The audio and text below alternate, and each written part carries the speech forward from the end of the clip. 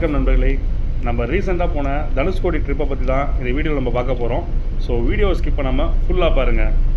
ஆக்சுவலாக வந்து இந்த ட்ரிப் வந்து எங்கள் வெட்டிங் டேக்கு பிளான் பண்ணி வந்திருந்தோம். திருச்சிலேருந்து கொஞ்சம் லாங் போனோம், பட் வந்து லோ பட்ஜெட் ட்ரிப்பு போகணும் அப்படின்றதுக்காக வந்து இந்த பிளேஸ் சூஸ் பண்ணியிருந்தோம். இந்த ரவுண்டானத்தில் வந்து நீங்கள் ஸ்ட்ரைட்டாக போனீங்க அப்படின்னா உங்களுக்கு ராமநாதபுரம் வரும்.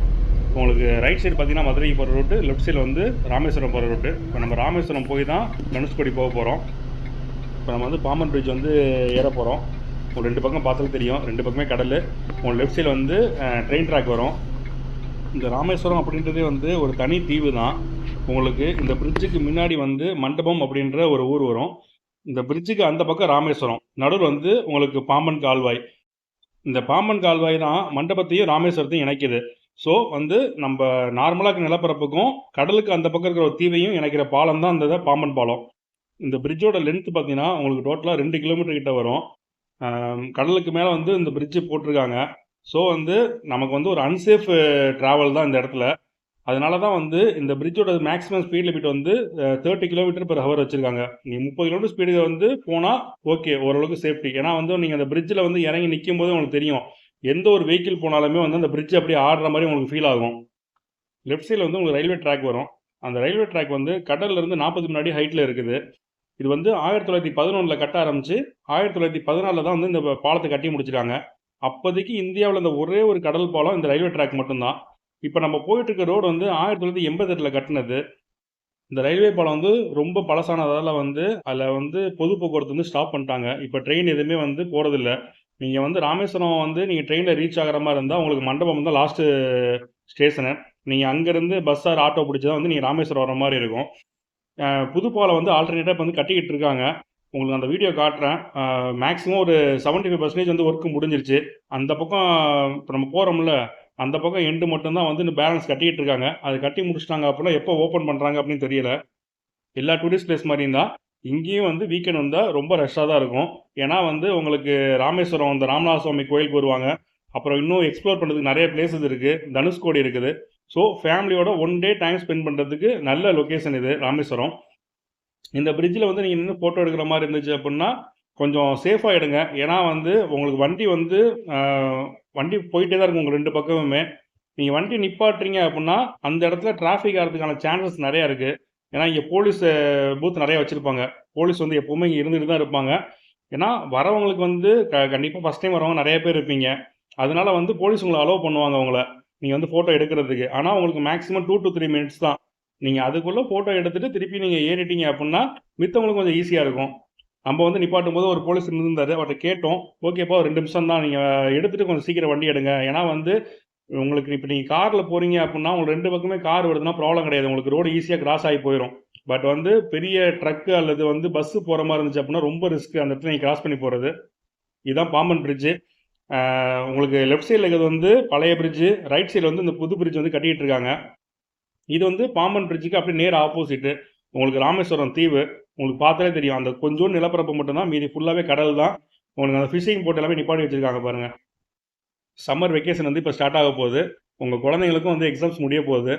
ஸோ இந்த சம்மரில் நீங்கள் எங்கேயாவது எக்ஸ்ப்ளோர் பண்ணணும், ஏதாவது பிளேஸ் போகணும்னு சொல்லிட்டு நீங்கள் பிளான் பண்ணியிருந்தீங்க அப்படின்னா திருச்சி அண்ட் திருச்சி சரௌண்டிங்கில் இருக்கிற ஃப்ரெண்ட்ஸ் வந்து நான் டிஸ்கிரிப்ஷனில் மொபைல் நம்பர் தரேன்.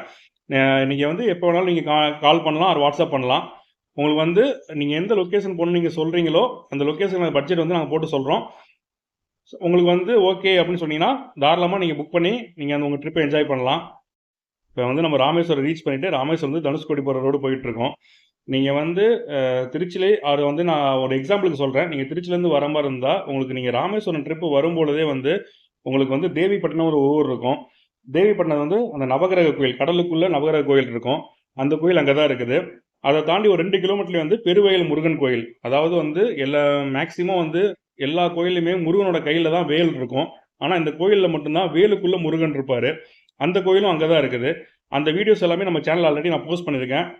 மறக்காமல் செக் பண்ணி பார்த்துக்கோங்க. அதை தாண்டி வந்தீங்க அப்படின்னா நீங்கள் வந்து ராமேஸ்வரம் என்ட்ரு ஆகும்போது ராமேஸ்வரம் அந்த பாம்பன் பிரிட்ஜு, அதை தாண்டினோன்னே நம்ம அப்துல் கலாம் ஐயா சமாதி அங்கே தான் இருக்குது.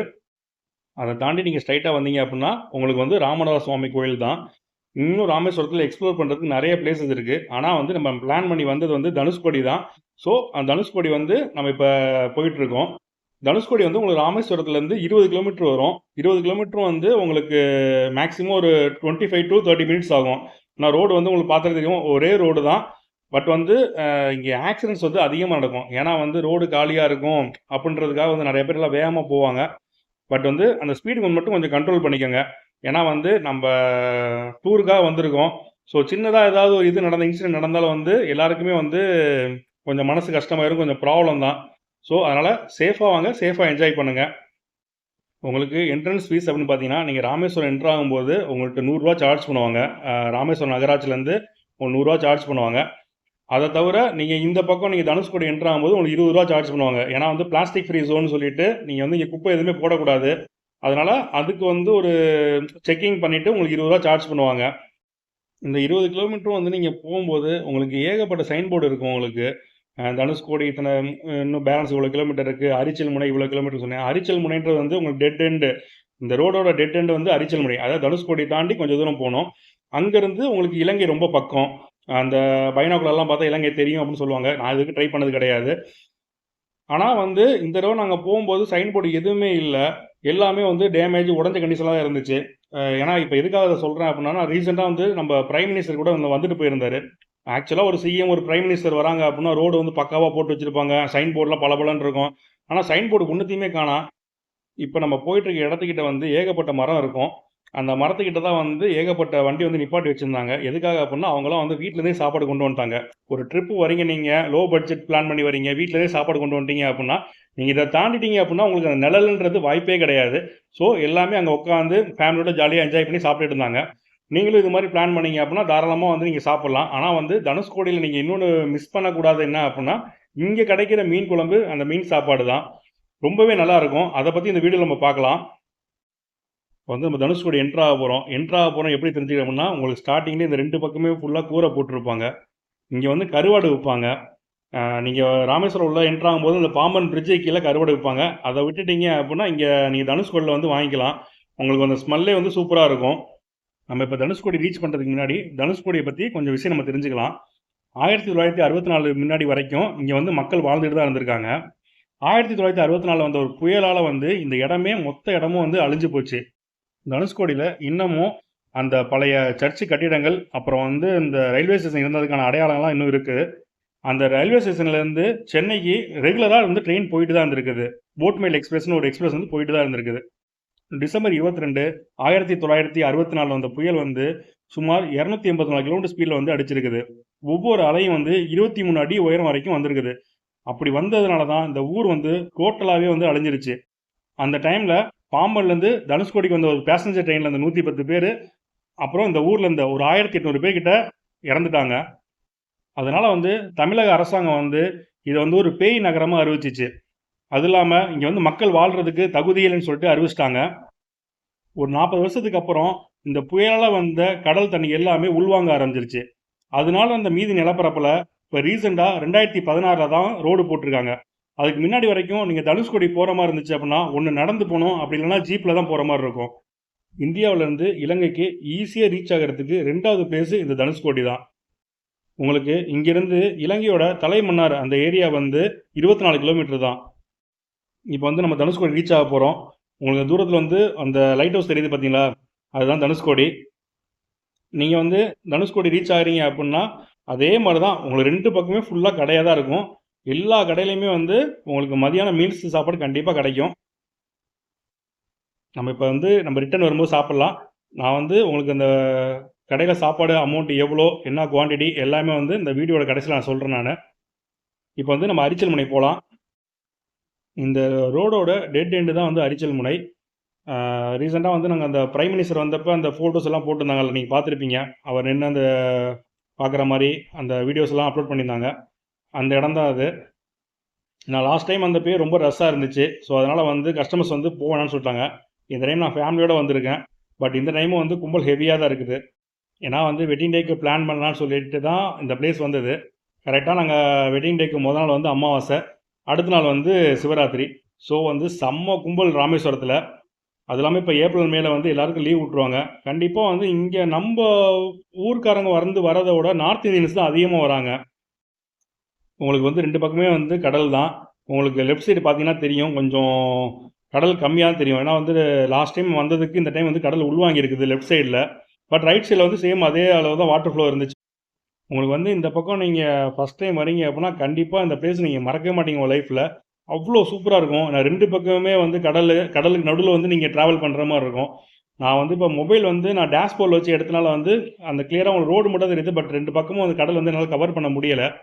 ஸோ நீங்கள் வந்து என்னதான் வீடியோவில் பார்த்தாலும் நேரில் போய் எக்ஸ்ப்ளோர் பண்ணுற மாதிரி இருக்காது. ஸோ கண்டிப்பாக உங்கள் லைஃப்பில் ஒரு டைமாக தனுஷ்கோடி வந்து இந்த பிளேஸை நீங்கள் எக்ஸ்ப்ளோர் பண்ணுங்கள். கண்டிப்பாக உங்கள் லைஃப்பில் நீங்கள் மறக்கவே மாட்டீங்க. இப்போ உங்களுக்கு கொஞ்சம் நல்லா கடல் தெரியும்னு நினைக்கிறேன். நான் ஸ்டார்டிங்கில் கொஞ்சம் இடத்துல வந்து கடல் உள்வாங்கிருந்துச்சு. இந்த இடத்துல வந்து கடல் நார்மலாக தான் இருந்துச்சு. உங்களுக்கு ரைட் அண்ட் லெஃப்ட் சைடு 2 பக்கம் பார்த்தாலுமே உங்களுக்கு ப்ளூ கலரில் தெரியும். சேம் அதே தான். இந்த டைம் செம்ம கும்பல். உங்களுக்கு பார்த்துட்டு தெரியும் கும்பல் எவ்வளோ தூரம் இருக்குது அப்படின்னு சொல்லிட்டு. இன்னொரு 100லேருந்து 200 மீட்டர் தான் போகணும். பட் வந்து உள்ளே போனோம் அப்படின்னா ரிட்டர்ன் வர முடியாது. ஸோ அதனால் வந்து நான் வண்டி இங்கேயே ஸ்டாப் பண்ணிட்டேன் நான். நீங்கள் மித்த ஊரில் போன கடலுக்கும் இங்கேயும் நிறைய டிஃப்ரெண்ட் இருக்கும். அந்த தண்ணியோட கலரை பாருங்களேன், செம்ம ப்ளூ கலரில் இருக்கும். ஒரு பார்க்குறதுக்கு உங்களுக்கு அழகாக இருக்கும். ஏன்னா இவ்வளோ தூரம் நம்ம வரோம் அப்படின்னா கண்டிப்பாக ஒரு ஒர்த்தபுளாக இருந்தால் தான் நமக்கு கொஞ்சம் சாட்டிஸ்ஃபேக்ஷனாக இருக்கும். அந்தளவுக்கு ஒர்த்தபுளாக இருக்கணும்னா அதுக்கு கண்டிப்பாக நீங்கள் தனுஷ்கோடி ஒரு டைமாக எக்ஸ்ப்ளோர் பண்ணுங்கள். கண்டிப்பாக நீங்கள் என்ஜாய் பண்ணுவீங்க. உங்களுக்கு 2 பக்கமே வந்து அந்த பாண்டிச்சேரி பீச்சில் இருக்க மாதிரி ஸ்டோன்ஸ் போட்டிருப்பாங்க. ஸோ இறங்குறது ஒவ்வொரு இடத்துல கொஞ்சம் ஈஸியாக இருக்கும். அந்த இடத்துல நீங்கள் இறங்கிக்கங்க. சின்னவனுக்கு வந்து அந்த ஃபஸ்ட் டைம் வந்து பீச்சுக்கு வரான், விவரம் தெரிஞ்சதுக்கப்புறம் இப்போ தான் பீச்சுக்கு வரான். அதனால் வந்து இறங்கவே மாட்டேன்ட்டான் அந்த அலையோட சவுண்டுக்கு. அலையோட சவுண்டு வந்து பயங்கரமாக இருக்கும் இந்த இடத்துல. பெரியவன் வந்து அப்படி கிடையாது, அவனுக்கு செம்ம ஆட்டம். ஏன்னா சென்னையில் நாங்கள் இருக்கும் பொழுதே வந்து வீக்லி ஒன்ஸ் வந்து கோவளம் பீச் கூப்பிட்டு போயிடுவேன். அப்படி இருக்கும் பொழுது இப்போ இங்கே வந்ததுக்கப்புறம் ரொம்ப நாளாக பீச்சே போலையா, அதனால் செம்ம ஆட்டம் தலைவர்.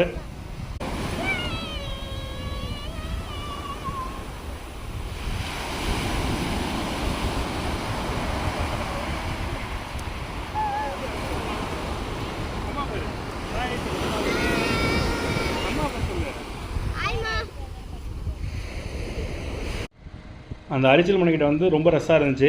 ஸோ அதனால் வந்து வண்டி கொஞ்சம் தள்ளி வந்து பார்க் பண்ணியாச்சு. நான் வந்து வெட்டிங் டே வந்து கேக் கட் பண்ணலான்னு சொல்லிட்டு வரும்போது ராமேஸ்வரத்தில் கேக் வாங்கிட்டு வந்துட்டோம்.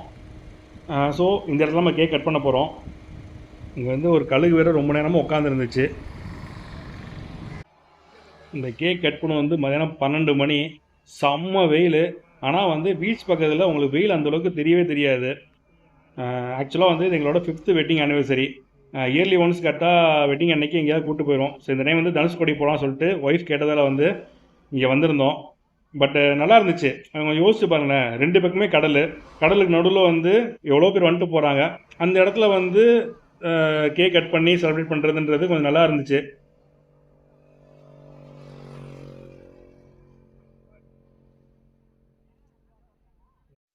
இப்போ நம்ம தனுஷ்கோடியில் இருக்க அந்த சாப்பாடு கடையெல்லாம் பார்த்துடலாம்.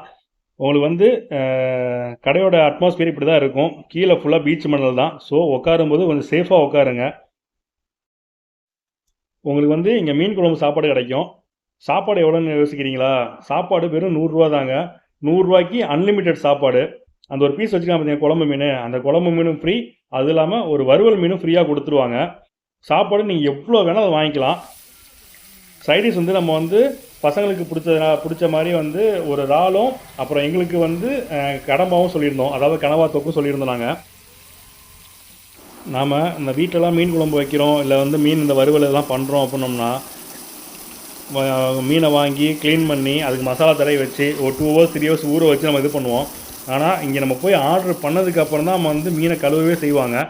கழுவிட்டு உடனே மசாலா போட்டு அவங்க போட்டு எடுத்து கொடுக்குறாங்க. டேஸ்ட்டு அல்டிமேட்டாக இருக்குது. அது எப்படின்னு தான் தெரில. நீங்கள் தனுஷ்கோடி விசிட் பண்ணுறீங்க அப்படின்னா கண்டிப்பாக ஒரு டைமாவது வந்து இங்கே சாப்பிடுங்க. சாப்பிட்டுட்டு எப்படி சொல்லிட்டு மறக்காமல் கமெண்ட் பண்ணுங்கள். நீங்கள் தனுஷ்கோடி என்ட்ரு ஆகும்போதே வந்து உங்கள் லெஃப்ட் சைடில் கோதண்டராமர் கோயில் செல்லுமணி சொல்லிட்டு ஒரு போர்டு போட்டிருப்பாங்க. ஆக்சுவலாக வந்து நான் வரும்போது போகல, அதனால் இப்போ போகும்போது உங்களுக்காக வந்து இப்போ அந்த கோயில் வந்து எங்கே இருக்குன்னு சொல்லி நான் காட்டுறேன். இப்போ போகும்போது நம்ம ரைட் சைடில் வரும். இந்த கோயிலும் அதே மாதிரி தான். உங்களுக்கு 2 பக்கமே ஃபுல்லாக கடல் தான். நடுவில் உங்களுக்கு ரோடு போகும். இந்த பிளேஸ் வந்து உங்களுக்கு பார்க்குறதுக்கு சூப்பராக இருக்கும். அந்த 1964 வந்த புயலில் இந்த இடத்துல டேமேஜ் ஆகாமல் இருந்தது இந்த ஒரு கோயில் மட்டும்தான். மீது எல்லா இடமும் அழிஞ்சிருச்சு. இந்த இடம் மட்டும்தான் அழியலை. அதனாலே வந்து இது வரலாற்று சிறப்பு மிக்கது. இதே போல் நிறைய கோயில்கள், டூரிஸ்ட் பிளேசஸ் இதெல்லாம் நீங்கள் சுற்றி போகணும்னு ஆசைப்பட்டீங்க அப்படின்னா திருச்சி சரௌண்டிங்கில் இருக்க ஃப்ரெண்ட்ஸ் வந்து டிஸ்கிரிப்ஷனில் நான் நம்பர் கொடுத்துருக்கேன். மறக்காமல் செக் பண்ணி சேவ் பண்ணிக்கோங்க. உங்கள் ஃப்ரெண்ட்ஸ் யாராவது இந்த சரௌண்டிங்கில் இருந்தாலும் அவங்களுக்கும் இந்த டீட்டெயில்ஸ் வந்து ஷேர் பண்ணுங்கள். உங்கள் வெக்கேஷன் லீவை ஆர்கே ட்ராவல்ஸோட என்ஜாய் பண்ணுங்கள். தேங்க்யூ. இந்த வீடியோ உங்களுக்கு பிடிச்சிருந்துச்சுன்னா அப்படியே ஒரு லைக்கை தட்டி விட்டுட்டு ஆர்கே ட்ராவல்ஸின் ட்ரிப்பிஸ் லைஃப் சேனலை மறக்காமல் சப்ஸ்கிரைப் பண்ணிக்கோங்க.